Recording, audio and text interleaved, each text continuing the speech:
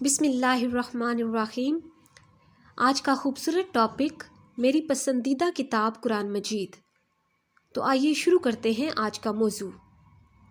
یوں تو مجھے کئی کتابیں پسند ہیں، لیکن قرآن مجید میری پسندیدہ کتاب ہے۔ یہ کتاب عربی زبان میں اردو ترجمے کے ساتھ ہے۔ میں باقاعدگی سے اس کی تلاوت کرتی ہوں۔ اس کی تلاوت سے میری طبیعت کو بہت سکون ملتا ہے۔ اللہ تعالیٰ اپنی مخلوق کی رہنمائی اور ہدایت کے لیے ہر زمانے میں نبی اور پیغمبر بھیجتا رہا ہے۔ اللہ تعالیٰ نے ان پر صحیفے اور کتابیں نازل فرمائیں۔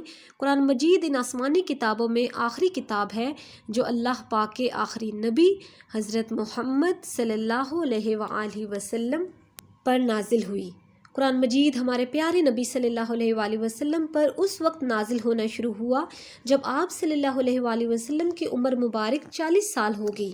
قرآن پاک کا نزول 23 سال میں مکمل ہوا۔ قرآن مجید ایک مکمل اور جامع کتاب ہے۔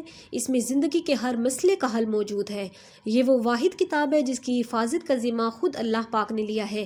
اس کتاب کو نازل ہوئے سینکڑوں برس گزر چکے ہیں، لیکن اس کی آیات میں ذرا برابر بھی فرق نہیں آیا اور نہ آئندہ کبھی اس میں کوئی تبدیلی آئے گی۔ قرآن مجید دوسری تمام آسمانی کتابوں سے افضل ہے۔ اس کی بہت زیادہ فضیلت ہے۔ اسے جس نے سچے دل سے پڑھا اور اس پر عمل کیا وہ جنت کا مستحق ٹھہرا۔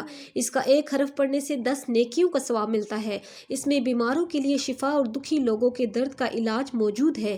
سب سے بڑھ کر یہ کہ قرآن مجید دنیا کی وہ واحد بڑی کتاب ہے جسے مسلمان حرف بحرف حفظ کر لیتے ہیں۔ یہ کتاب لامحدود برکتوں کا مجموعہ ہے۔ یہ انسانوں کے لیے ہدایت و رہنمائی کا سرچشمہ ہے۔ غرض کہ قرآن پاک کی جتنی بھی خوبیاں بیان کی جائیں کم ہے۔